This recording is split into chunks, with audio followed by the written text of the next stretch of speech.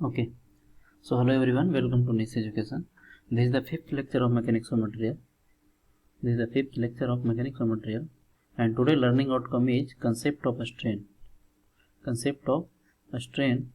And after that we will discuss problem based on normal stress and shear stress. उसके बाद हम लोग problem को सॉल्व करेंगे नॉर्मल स्ट्रेस और shear स्ट्रेस से रिलेटेड, है ना. And yesterday we have completed the types of stresses. Classification of stresses we have completed already, and so today we will see about the concept of strain. Now question is, what is a strain? Strain क्या होता है? So let us suppose this is your specimen and you are applying a load 10 kilonewton. Suppose that you are applying a load 10 kilonewton, and due to this application of load the length is going to be changed, let us suppose by 10 centimeter. अब जो new length हो गया कितना हो गया, suppose original length है जो आपका 1 मीटर था और अब लेंथ हो गया सपोज कीजिए कि 1.10 मीटर, है ना. तो कितना लेंथ में कितना लेंथ चेंज हुआ, है ना. लेंथ कितना चेंज हुआ, 10 सेंटीमीटर चेंज हुआ. ओरिजिनल लेंथ कितना था 1 मीटर, है ना. सो 1 सेंटीमीटर डिवाइडेड बटा 1 मीटर, है ना. एंड ऑफ कोर्स यूनिट को क्या करना पड़ेगा, सेम करना पड़ेगा. ठीक है. इसमें change in length per unit original length is known as strain. Change in length per unit original length is known as strain, है कि नहीं. सो वन बाई वन करके देखते हैं और क्या करेंगे, डेफिनेशन है जो लिखते जाएंगे. So before writing the definition of a strain, first of all we will try to see what is the deformation. What is the deformation?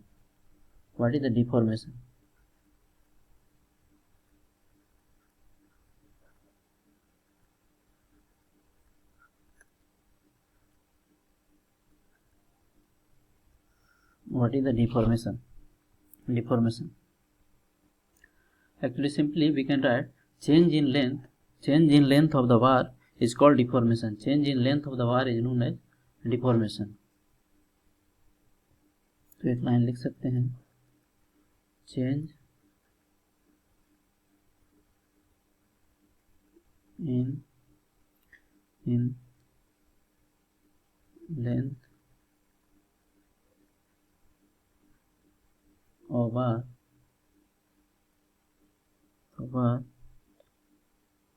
change in length of the bar.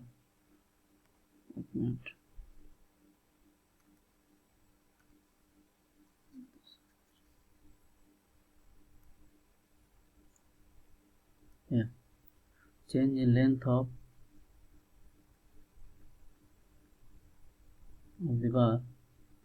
the bar is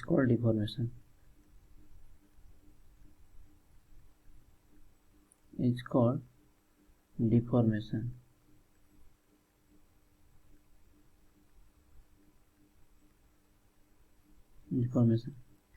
मैंने बोला कि change in length of the bar is called deformation, है ना. तो change हम क्या हो सकता है, पॉजिटिव भी हो सकता है और निगेटिव भी हो सकता है ना. चेंज तो क्या हो सकता है, पॉजिटिव भी हो सकता है और निगेटिव भी हो सकता है ना. सपोज कीजिए कि कोई आपका स्पेसिमेन है ना, एंड ए है जो under the action of tension है, तो इस केस में क्या होगा, लेंथ इसका इंक्रीज करेगा.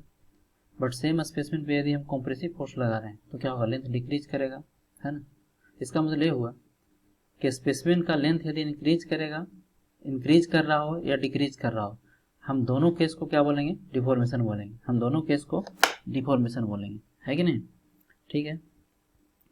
सो इट इज डिनोटेड बाय, इसको कैसे लिखेंगे, इट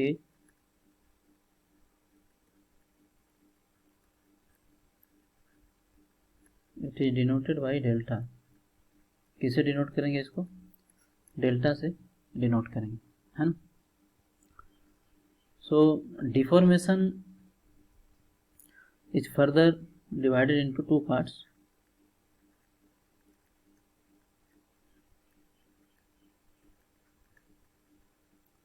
डिफॉर्मेशन, और डिफॉर्मेशन में क्या हो सकता है, लेंथ इंक्रीज भी हो सकता है और लेंथ डिक्रीज भी हो सकता है. जब लेंथ इंक्रीज होगा तो इसको हम बोल देंगे इलोंगेशन,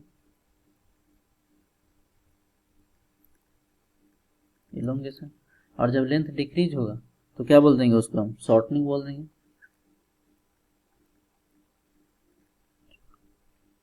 SHORTE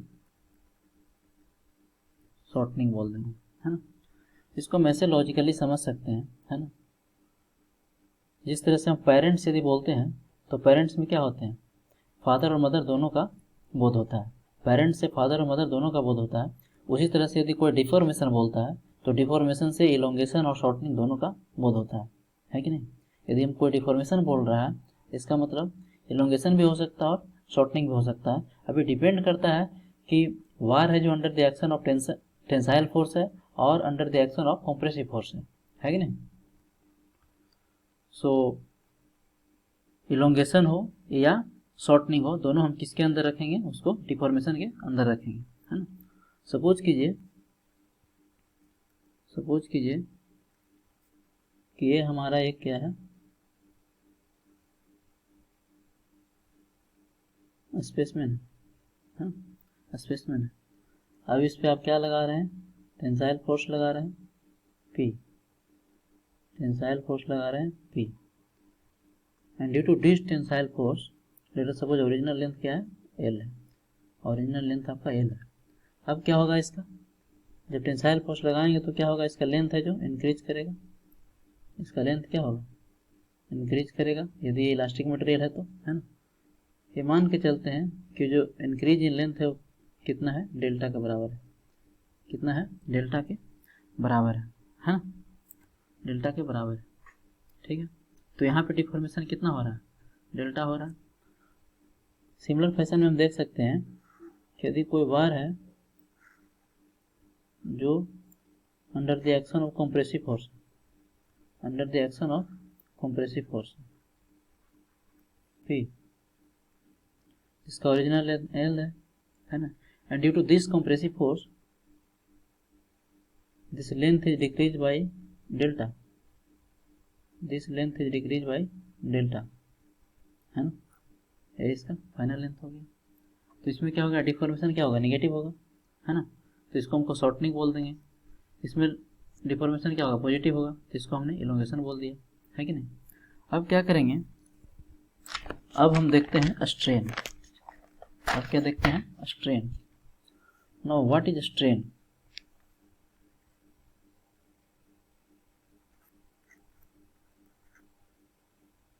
स्ट्रेन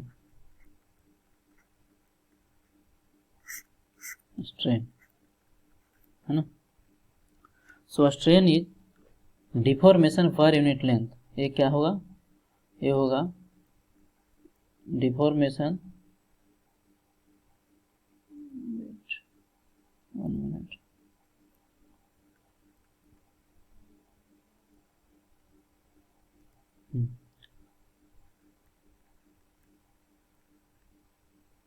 डिफॉर्मेशन पर unit length, per unit length, deformation पर unit length of the bar, a specimen bar is known as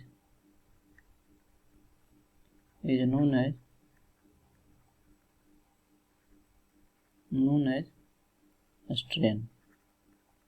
इसको क्या बोल दिए, स्ट्रेन बोल दिए, है ना। डिफॉर्मेशन पर unit length of the bar is known as strain, है ना। इसको डिनोट कैसे करेंगे, अब वो लिख लेते हैं, है ना। तो लिख सकते हैं second line, it is denoted bye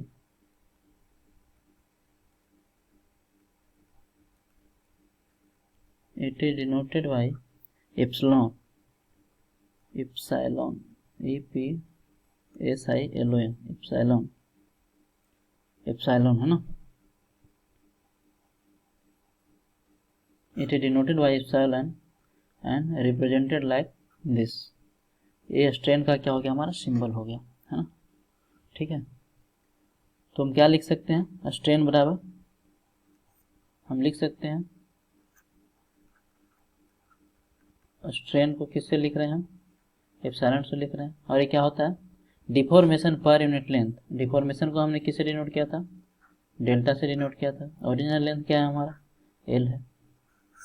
तो ये हो गया हमारा क्या, स्ट्रेन, अब एक बात बताइए, इसका यूनिट क्या होगा, स्ट्रेन का यूनिट क्या होगा, ऊपर भी क्या है, एक प्रकार का लेंथ ही है, एक टाइप का क्या है, लेंथ है, नीचे भी क्या है, लेंथ है।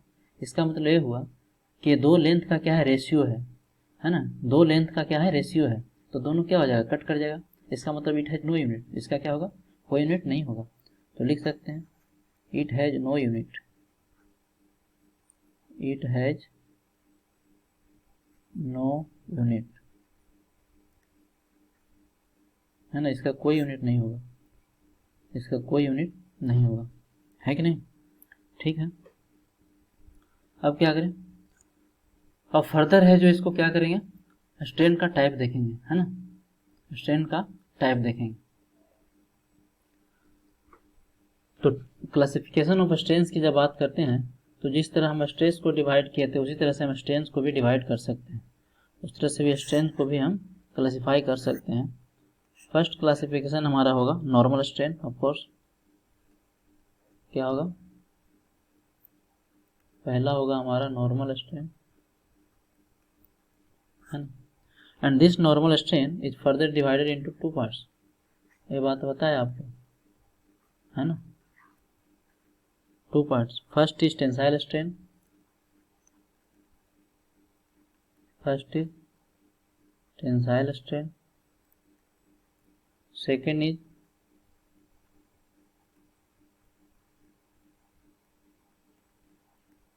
compressive strain, second is compressive strain, है कि नहीं, compressive strain। और क्या डिवाइड कर सकते हैं इसको, है ना, दूसरा क्या होगा, shear strain, shear strain, shear strain। अब होगा क्या, नॉर्मल स्ट्रेन के लिए नॉर्मल स्ट्रेस रिस्पॉन्सिबल होगा, है ना, मतलब टेंसाइल फोर्स रिस्पॉन्सिबल होगा, टेंसाइल स्ट्रेन के लिए कौन सा फोर्स रिस्पॉन्सिबल होगा, टेंसाइल फोर्स, और कॉम्प्रेसिव स्ट्रेन के लिए कौन सा रिस्पॉन्सिबल होगा, कॉम्प्रेसिव फोर्स, है ना। ये चीज़ हमें कल क्लियर हो जाएगा जब हम स्ट्रेस स्ट्रेन डायग्राम देखेंगे, है ना, कि स्ट्रेस के कारण स्ट्रेन हो रहा है या फिर स्ट्रेन के कारण स्ट्रेस हो रहा है ना।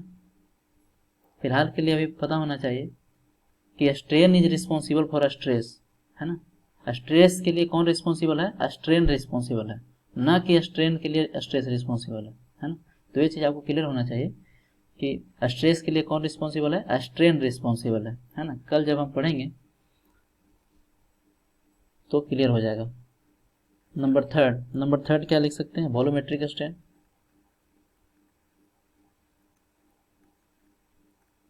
Volumetric strain. तो ये तो था टाइप की बात, है ना, ये तो था टाइप की बात। अब ये सब क्या होता है, टेंसाइल स्ट्रेन, कॉम्प्रेसिव स्ट्रेन, ये सब पता है तुम लोगों को, है ना।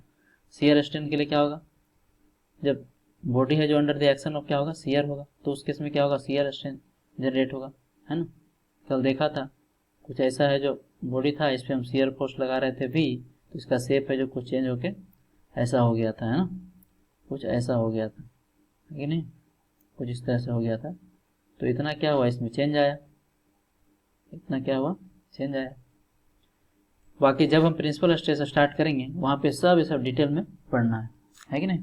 तो अभी बेसिक इन्फॉर्मेशन आपको होना चाहिए, ठीक है। सो अभी तक हम लोग क्या पढ़ा, स्ट्रेन डिफॉर्मेशन पर यूनिट लेंथ, है ना। डिफॉर्मेशन को क्या लिख सकते हैं, change in length, change in length, है ना। आइए क्या है, ओरिजिनल लेंथ, ओरिजिनल लेंथ, है ना, original length of the war भी लिख सकते हैं, ऑफ द वार, है ना। Change in length of the war भी लिख सकते हैं इसको, change in length of the war, है ना। तो ये तो रहा स्ट्रेन के बारे में, है ना। इट हैज नो यूनिट, ये बात याद रखना है ना। चलो अब क्या करते हैं, कुछ क्वेश्चन लेते हैं, है ना, क्वेश्चन लेते हैं, क्योंकि थ्योरी बहुत सा हो गया है ना। एक्चुअली ये सब क्वेश्चन हमने कल डिस्कस किया था, लेकिन उसमें कुछ एरर हो जाने के कारण क्या किया, उसको वीडियो को हमको कट करना पड़ा, है ना। सो इसको 1 बाय 1 करके क्या करेंगे, सोल्व करेंगे। आप लोग को सोल्व करने के लिए बोला गया था, पता नहीं कितने लोग अटेम्प्ट किए हैं, है ना। अटेम्प्ट किए हैं यदि तो देखिए आंसर मैच करता है या नहीं करता है ना। So let us try to solve first question. First question क्या कर रहा है आपका? फर्स्ट क्वेश्चन कर रहा है कि hollow steel tube with an inside diameter of 100 mm must carry a tensile load of 400 kN. Determine the outside diameter of the tube if the stress is limited to 120 mega Newton पर metre square, है ना। Suppose कीजिए यही आपका क्या है, एक hollow tube है। एक क्या है? हॉलो ट्यूब है ना। हॉलो ट्यूब है, इसका 2 डायमीटर होगा, एक आउटर डायमीटर होगा और एक क्या होगा? इनर डायमीटर होगा। अब इसको हम क्या लगा रहे हैं? इस पर टेंसाइल फोर्स लगा रहे हैं। टेंसाइल फोर्स लगा रहे हैं कितना? 400 किलो न्यूटन का, है ना। तो बोल रहा है कि आउटर डायमीटर क्या होगा यदि इनर डायमीटर है जो 100 mm है, यदि इनर डायमीटर है जो 100 mm है ना। तो क्या करेंगे, क्या करेंगे बताओ? फिगर में देख सकते हो, ये क्या है? क्रॉस सेक्शनल एरिया को दिखा रखा है। इनर डायमीटर 100 है, आउटर डायमीटर कैपिटल डी है ना। और इसमें जो फोर्स है कितना लगा रखा है? फोर्स है जो 100 किलो न्यूटन का लगा रखा है ना। 100 किलो न्यूटन का लगा रखा है। कुछ ऐसा है, अगर इसको हम बनाना चाहें तो कुछ ऐसा है, इस तरह से कुछ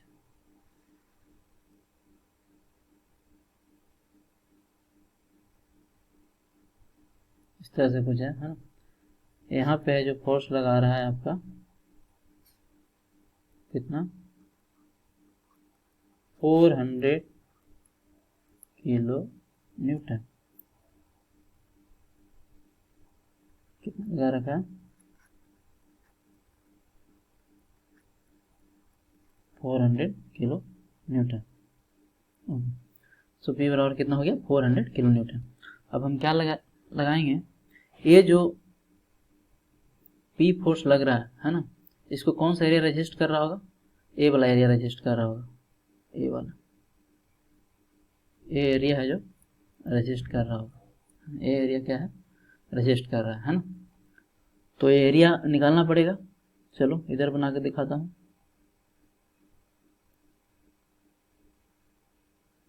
ये एरिया,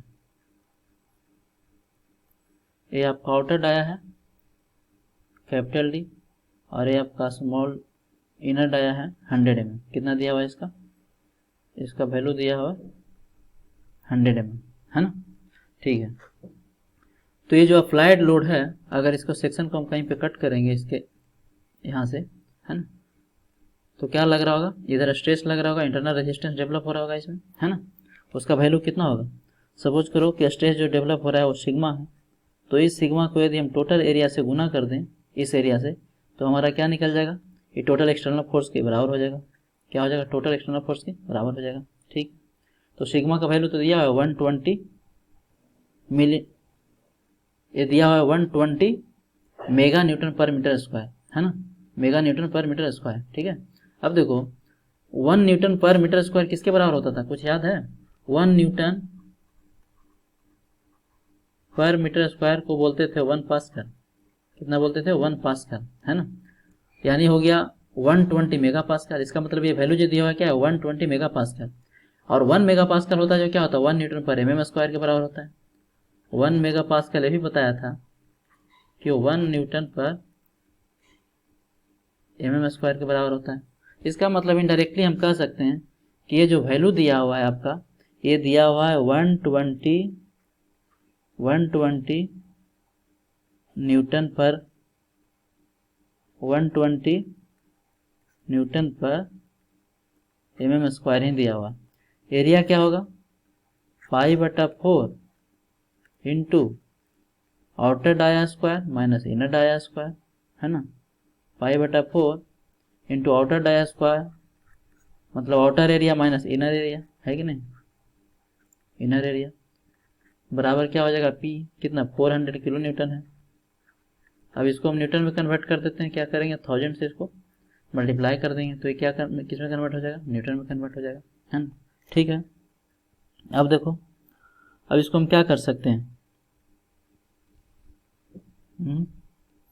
इसको हम लिख सकते हैं 120 इंटू 5/4 कॉमन ले लो, d square minus small d square बराबर 400 इंटू 1000 है ना।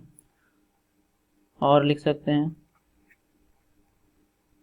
120 into 5/4 into capital D square minus small D तो 100 है स्क्वायर बराबर 400 इंटू 1000। जब इसको आप सोल्व करेंगे तो डी का जो वैल्यू आएगा वो आएगा 119.35 mm, 119.35 mm। तो ये तो हो गया आपका आंसर, है ना। आपको क्या करना है, सबसे पहले वीडियो को पॉज करना है, उसके बाद खुद से सोल्व करने की कोशिश करना है ना, और जब नहीं आया तो फिर सॉल्यूशन देखना है। Okay, this is the second question, है ना। तो इसको समझने की कोशिश करते हैं। क्वेश्चन क्या कह रहा है, a homogeneous 800 kg bar AB is supported either end by a cable, let's try to change the color, by a cable as shown in the figure below. Calculate the smallest area of each cable if the stress is not exceeded 90 megapascal in bronze and 120 megapascal in steel। तो पहले question समझा देता हूँ, है ना।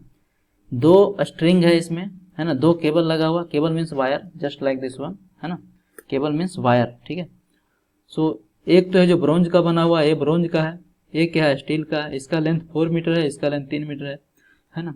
और ये जो वार है ना, एक रिजिड बार है यहाँ पे, इसका लेंथ टोटल कितना दिया हुआ है, 10 मीटर दिया हुआ है ना। हमें निकालना है कि इसका वेट क्या हुआ है, 800 kg है, वेट कितना है, 800 kg है इस वार का। तो कह रहा है कि मिनिमम कितना ये दोनों का क्रॉस सेक्शनल एरिया हो, मतलब cross sectional area of bronze and cross sectional area of steel हमको निकालना है ना, ताकि जो स्ट्रेस का जनरेशन हो रहा है ब्रोंज में वो इतना से एक्सीड नहीं करे और स्टील में जो हो रहा है 120 मेगापास्कल से एक्सीड नहीं करे, है ना। तो क्या करेंगे, सबसे पहले हम क्या करेंगे, वार को दिखाओ जरा बनाकर कैसा हो रहा है। ये है हमारा रिजिड बार, है ना। यहाँ पे मिडिल पे क्या लग रहा है, नीचे लग रहा है क्या, mg लग रहा है, जिसका वैल्यू कितना होने वाला है, 800 इंटू कितना, 9.81। जब इसको आप गुना करेंगे तो आएगा 7848, यह आएगा 7848 न्यूटन, है ना। अच्छा, यहाँ से क्या लगेगा, ये फोर्स लग रहा होगा किसमें, ब्रोंज वायर में लग रहा होगा, है ना। Late us suppose this is PBR, और यहाँ से क्या लग रहा होगा, है ना, फोर्स डेवलप हो रहा होगा किसमें, स्टील में। Late us suppose this is PST, है ना। अब क्या करेंगे, समेशन ऑफ वर्टिकल फोर्स हमारा क्या होना चाहिए, 0 होना चाहिए, समेशन ऑफ वर्टिकल फोर्स 0 होना चाहिए। इसका मतलब ये हुआ कि PBR प्लस PST किसके इक्वल होगा, 7848 न्यूटन के बराबर होगा। अब देखो ये क्या है, सिमेट्रिकल है ना, क्योंकि देखो 5 मीटर इधर भी है और 5 मीटर इधर भी है ना। तो ये क्या है, सिमेट्रिकल है ना। ये जो शेप है सिमेट्रिकल है, तो हम कह सकते हैं कि दोनों फोर्स क्या होगा, बराबर होगा, दोनों फोर्स क्या होगा, बराबर होगा, है कि नहीं। तो ड्यू टू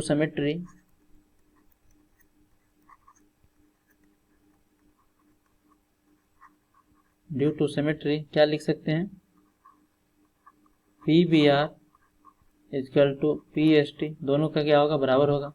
बराबर कितना हो जाएगा, 7848 डिवाइडेड बटा 2, इसका मतलब कितना हो जाएगा, 3924 न्यूटन, 3924 न्यूटन, है ना। अब तो बहुत सिंपल है। अब क्या करेंगे, हम लिखेंगे, क्या लिखेंगे, sigma stress in bronze, BR लिख देता हूँ, इनटू एरिया ऑफ ब्रोंज बराबर क्या हो जाएगा, PBR, है कि नहीं। PBR हमको पता है, ABR निकालना है, तो ABR क्या हो जाएगा, ABR हो जाएगा फोर्स इन ब्रोंज डिवाइडेड बटा स्ट्रेस इन ब्रोंज, है ना, स्ट्रेस इन ब्रोंज। और फोर्स इन ब्रोंज तो हमको पता है कितना, 3924 24 डिवाइडेड बटा सिग्मा बी आर देखो दिया हुआ 90 मेगा पास्कल।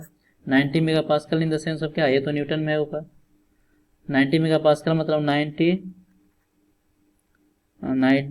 न्यूटन पर mm स्क्वायर है ना। तो जब इसको सोल्व करेंगे तो आपका ए बी आर आ जाएगा कितना, ए बी आर आ रहा है हमारा 43.6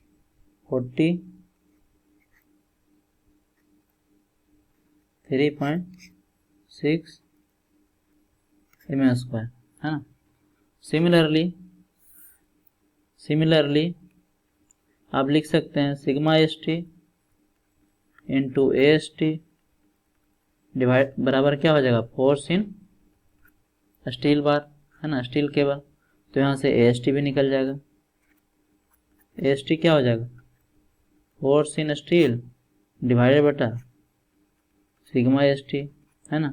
फोर्स इन स्टील तो क्या है, सेम ही है 3924 डिवाइडेड बटा सिग्मा एस टी कितना है 120 है, ये कितना है 120 है ना। तो ये वैल्यू क्या आएगा, उसे कम आएगा, ऑब्वियस ही बात है, उसे क्या आएगा, कम आएगा। इसका वैल्यू आ रहा है 32.7 यस, मैंने सोल्व करके रखा है 32.7 mm स्क्वायर, यही निकालना था है ना। मतलब अगर 800 kg बार को रजिस्ट यदि करना है तो मिनिमम फोर्स आप मिनिमम एरिया आपका ब्रोंज का कितना होना चाहिए, इतना होना चाहिए, और स्टील का इतना होना चाहिए, है कि नहीं। ठीक है, एक क्वेश्चन और कर लेते हैं है ना, एक क्वेश्चन और कर लेते हैं किस पे, शियर स्ट्रेस पे है ना। एक क्वेश्चन है जो शियर स्ट्रेस से रिलेटेड है, देखो पढ़ के। what force is required to punch a 20 mm diameter hole in a plate that is 25 mm thick, the shear strength is इतना 350 मेगा है ना न्यूटन पर मीटर स्क्वायर। पहले क्वेश्चन को समझते हैं ना। ये देखो कुछ इस टाइप से है, एक क्या है प्लेट है, एक क्या है प्लेट है ना। अब इसमें क्या कर रहा है, होल करने का कोशिश कर रहा है, होल करने का क्या कर रहा है, कोशिश कर रहा है। तो बोल रहा है कि हमारा मिनिमम फोर्स का वैल्यू क्या होगा, ताकि प्लेट का थिकनेस कितना दिया हुआ है, प्लेट का थिकनेस दिया हुआ 20 mm है ना। प्लेट का थिकनेस कितना दिया हुआ है, सॉरी 25 mm थिक दिया हुआ, 25 mm, ये जो थिकनेस है 25 mm है ना, 25 mm थिकनेस है। तो कितना फोर्स लगाएं कि इसको क्या करें, पंच कर दें है ना। और डायमीटर कितना दिया है, होल का डायमीटर दिया हुआ है 20 mm है ना। कितना फोर्स लगाएं कि 20 mm डायमीटर का होल क्रिएट हो जाए है ना। ये तो है जो क्वेश्चन है। तो P का वैल्यू हमें निकालना है, तो बहुत सिंपल है ना। क्या होगा, देखो बोले थे कि शियर फोर्स क्या है, एक टाइप का क्या है, पंचिंग फोर्स है या कटिंग फोर्स है ना, एक कटिंग फोर्स है। जब इसको हम पंच करेंगे तो क्या होगा, इसको कट करने का कोशिश करेगा है ना। तो देखो इस पीस फोर्स के कारण क्या हो गया, ये कट हो गया, कट के इसको काट करके क्या किया, इसको बाहर निकाल दिए है ना, बाहर निकाल दिए। इसका थिकनेस कितना है 25 mm दिया हुआ है, और इसका जो डायमीटर कितना दिया हुआ है 20 mm दिया हुआ है, डायमीटर 20 mm दिया हुआ है ना। तो बहुत सिंपल है, शियर स्ट्रेस बराबर क्या होता है बताओ, हाँ अगर शियर स्ट्रेस सपोज करो टाउ है ना, और अगर टोटल एरिया से इसमें गुना कर दें, टोटल रेजिस्टिंग एरिया से गुना कर दें, तो हमारा टोटल पंचिंग फोर्स निकल जाएगा है ना, टोटल पंचिंग फोर्स निकल जाएगा। पढ़े थे कुछ, V बराबर टाउ इंटू एरिया, या फिर टाउ बराबर V अपॉन एरिया, कुछ ऐसा पढ़े थे, कर लिया परसों है ना। तो बस वही है। अब टाउ का वैल्यू दिया हुआ कितना 350 न्यूटन पर mm स्क्वायर, क्योंकि 350 क्या है, मेगा पास्कल है ना। अब 1 मेगा पास्कल क्या होता है, 1 न्यूटन पर mm स्क्वायर के बराबर होता है। Unit conversion is very important है ना, तो ये कन्वर्ट करने आना चाहिए आपको। इनटू एरिया, अब देखो ए इंपॉर्टेंट है, कौन सा एरिया रजिस्ट करेगा, ए एरिया रजिस्ट करेगा।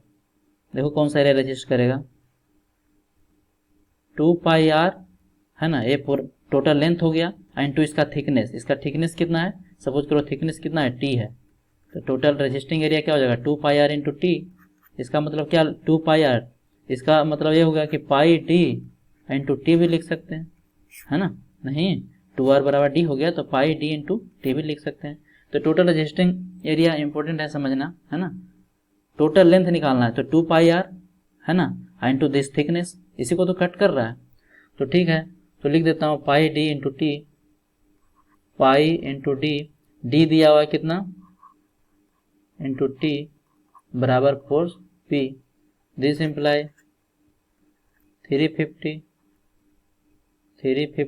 है ना, ये क्या है 350 है, इंटू पाई इंटू डी का वैल्यू कितना दिया हुआ है, देखो फिगर में 20 दिया हुआ है, इंटू टी का वैल्यू कितना दिया हुआ है 25 दिया हुआ है ना, इज इक्वल टू क्या हो जाएगा पी, इज इक्वल टू क्या हो जाएगा P.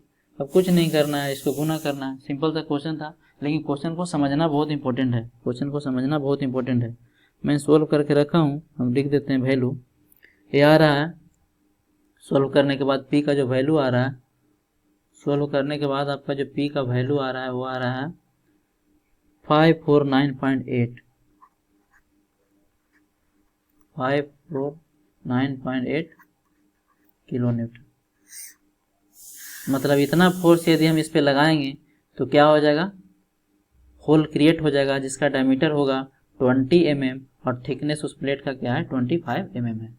So this is all about numerical point of view, है ना। बहुत सा क्वेश्चन करना है लेकिन अभी नहीं, बेंडिंग स्ट्रेस ऐसा वगैरह पे अभी नहीं कर सकते, है ना, सब सेपरेट चैप्टर है, टॉर्सन वगैरह। तो ठीक है, so this is all about today session, है ना। I hope all of you have enjoyed today session. So thank you for watching the video, है ना, and if you are gaining something then please like the video, है ना, and subscribe my YouTube channel, that is niche education, है ना। अपने दोस्तों के साथ शेयर कीजिए और बेल आइकन को प्रेस करना ना भूलें ताकि ये जो आपको पहले से पहले वीडियो है जो आपके पास पहुंचे, है ना। वीडियो पब्लिश करने के बाद क्या होगा, हमें शेयर करने की ज़रूरत नहीं पड़ेगी यदि आप इसको प्रेस करके रखेंगे, है ना। Okay, so stay connected to prepare these examinations, है ना, GATE IAS PSU SSC JEE, है ना, DMRC and state PCS। In tomorrow class we will deal with stress strain diagram of mild steel, this is a very important from objective point of view. So okay, thank you, all the best, जय हिंद।